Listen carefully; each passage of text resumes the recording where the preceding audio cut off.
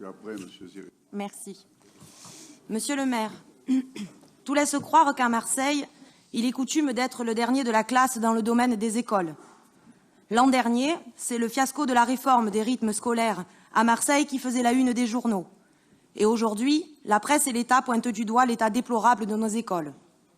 En effet, la réalité qui éclate au grand jour, c'est celle-ci.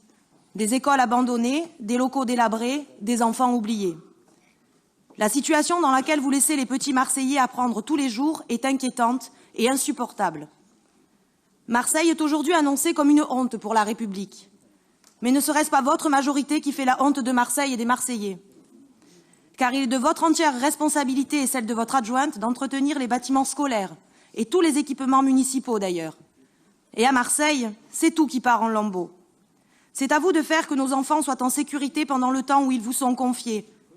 Car, contrairement à ce que vous aviez jeté au visage des familles l'année dernière, quand les enfants marseillais sont à l'école, c'est à vous de vous en occuper et à personne d'autre. Entendre votre adjointe affirmer que vous interveniez du moment où vous étiez informé, c'est pitoyable et sonne comme l'aveu d'une totale désorganisation, pour ne pas dire d'un total désintérêt de votre majorité pour l'école de nos enfants. Comment osez-vous affirmer une telle chose quand on sait que tous les directeurs vous transmettent leurs demandes? Comment oser dire cela aujourd'hui encore, quand l'école des Lilas attend toujours des sanitaires acceptables, celle des Martégots du chauffage et celle de la Parade, comme beaucoup d'autres, vont être en panne de papier toilette d'ici peu. Alors, qu'allez-vous nous répondre? Que c'est normal qu'il y ait des problèmes, que les enfants s'amusent avec le papier toilette et que c'est pour cela qu'il en manque. Et que pour le chauffage, ce serait le personnel municipal qui aère trop, comme a osé l'affirmer votre dauphin du moment, M. Maurenne, qui n'est jamais en retard d'un mépris.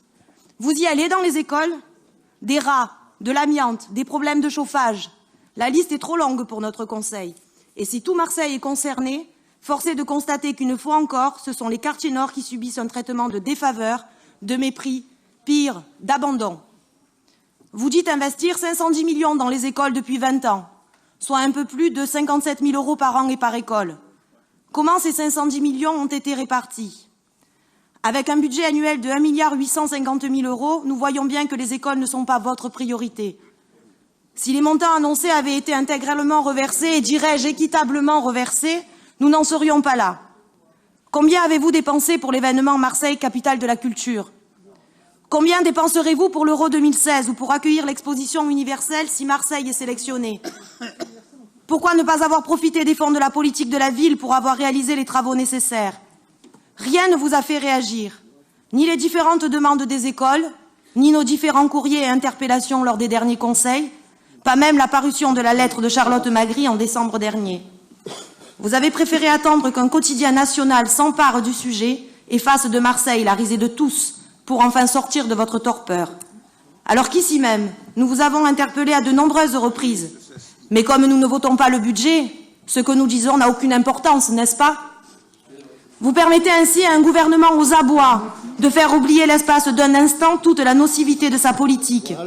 La ministre de l'Éducation nationale trouvant là l'opportunité justifiée de vous faire la leçon. Et s'emparant du dossier, il demande au préfet et au recteur d'établir une évaluation précise de l'état des bâtiments scolaires pour que vous réagissiez, au lieu de le faire quand nous vous le demandions, avec des exemples à l'appui.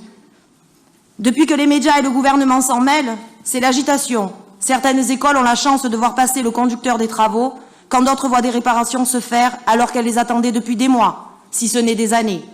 Espérons que ça dure. Monsieur le maire, vous avez de cesse de clamer votre attachement pour Marseille. Vous qui y avez grandi, effectuez votre scolarité. Alors repensez à votre école. Pensez-vous que les enfants d'aujourd'hui en auront le même souvenir que vous, la même image? Vous êtes maire depuis 20 ans.